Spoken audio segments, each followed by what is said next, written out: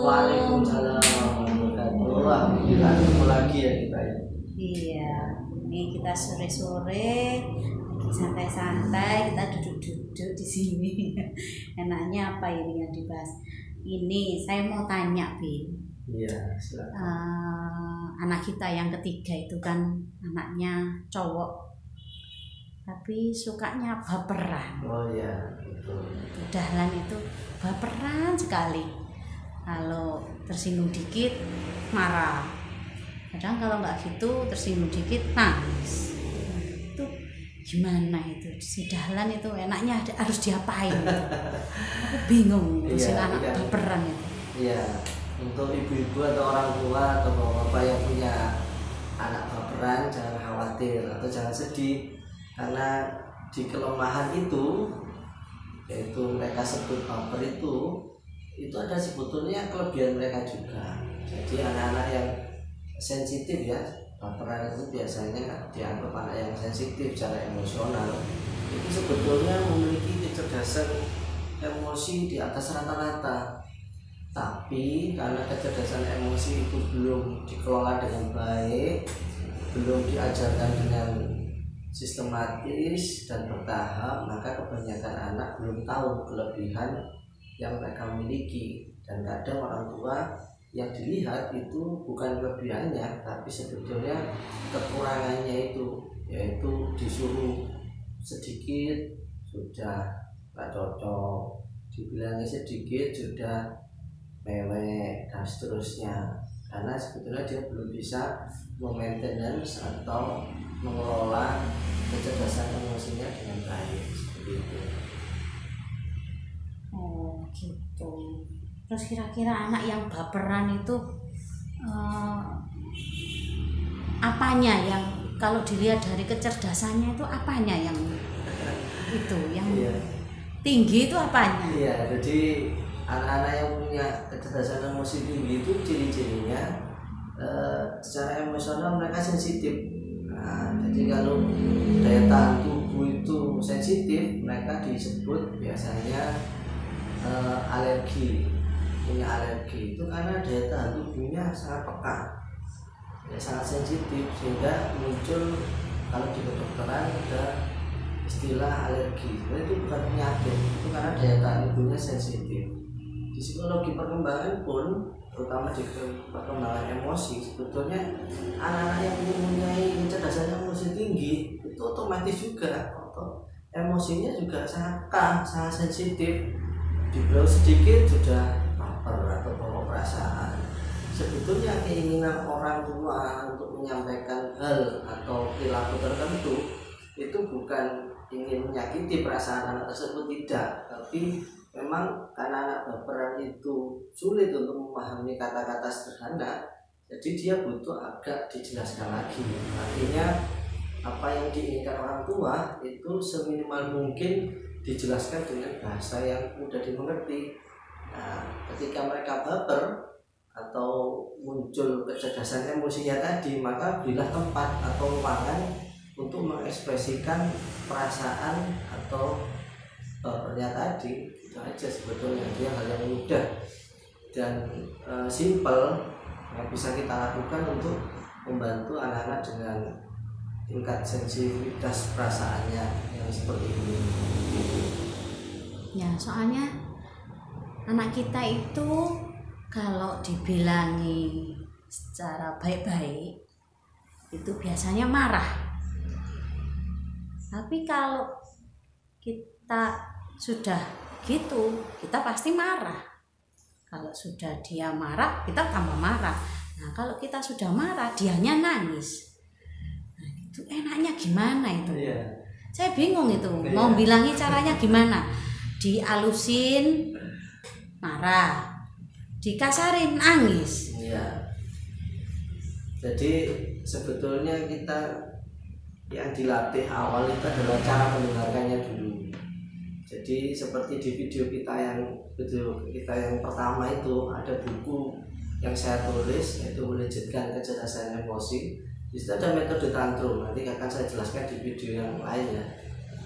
Jadi kecerdasan emosi anak itu bisa kita kelola dengan cara kita mendampingi anak saat mereka mengalami kekecewaan, mengalami ketidakcocokan dengan apa yang orang tua inginkan. Tadi contohnya dikerasin nangis, dihalusin nggak direken dan seterusnya. Kalaupun nanti nangis atau nggak direken, ya apa beri kesempatan anak tersebut untuk mengungkapkan perasaan kecewanya. Nanti setelah reda baru kita ajak ngomong. Jadi kecerdasan emosinya yang sensitif tadi kita kelola dengan menyalurkan atau mengungkapkan bentuk protesnya. Tadi contohnya nangis, mewek, ya kan, terus nggak harus jalan, nggak apa-apa. Nanti setelah itu selesai, baru nanti kita ajak dia bicara dengan baik-baik, seperti itu. Nah, kalau untuk anak kita yang ketiga itu saya senang karena dia biasanya mewek dulu, nanti habis meweknya tuntas maka muncul pinternya. Jadi tambah pinter dia gitu. Jadi bukan setelah mewek terus mewek lagi, tidak. Kalau mewek lagi gimana? Berarti kecerdasan emosi yang tadinya itu mau tumbuh itu dimatikan sama orang tuanya. Harusnya itu diberikan tempat. Bagaimana caranya? Dengerin aja. Memang tidak banyak orang tua yang mau mendengarkan ketika anaknya rewel atau tantrum, tidak banyak. Karena apa sih? Iya, karena nggak kuat. 1 menitnya itu seperti 1000 tahun di neraka.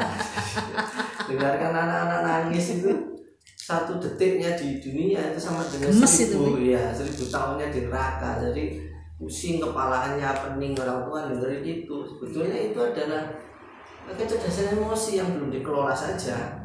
Kalau kita bisa dengarkan dengan seksama, terus kemudian sampai tuntas mereka mengungkapkan perasaannya atau rasa bapernya tadi, maka di endingnya ya, mereka akan jadi pinter nanti setelah itu.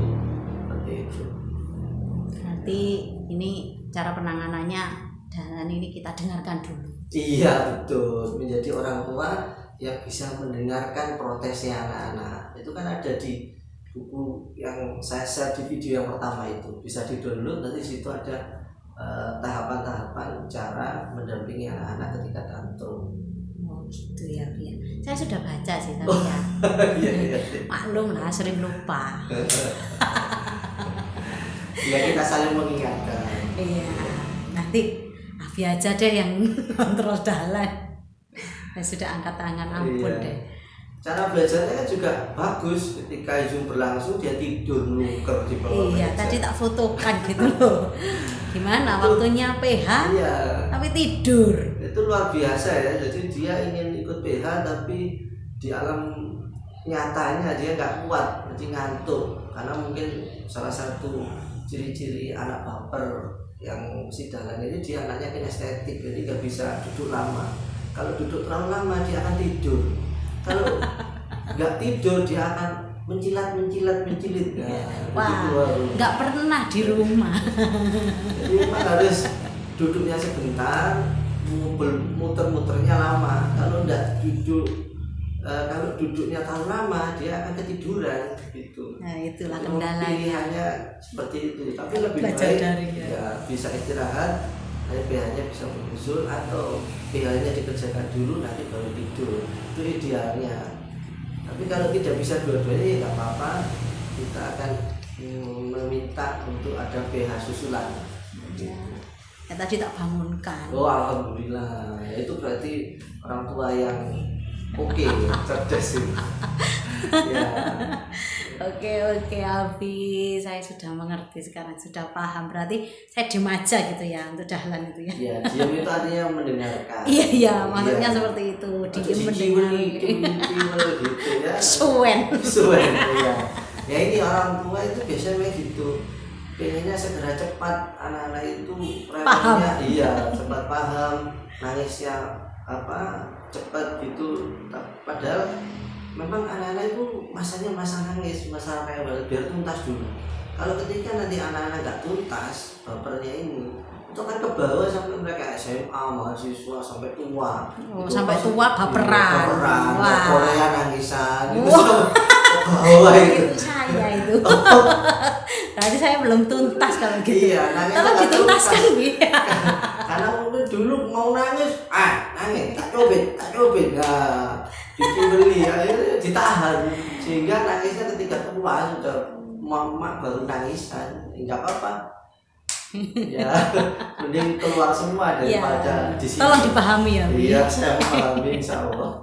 Oke, terima kasih Iya. Abi. Bincang-bincang kali ini lebih menarik ya. Oke, Iya. karena baper. Ibunya Iya. juga baperan ternyata. Ya, insya Allah itu kecerdasan EQ-nya, emotional quotient-nya di atas rata-rata. Amin, amin ya robbal alamin. Oke, terima kasih Abi Oke, untuk sama-sama. bincang-bincang kita kali ini. Assalamualaikum Abi. Waalaikumsalam.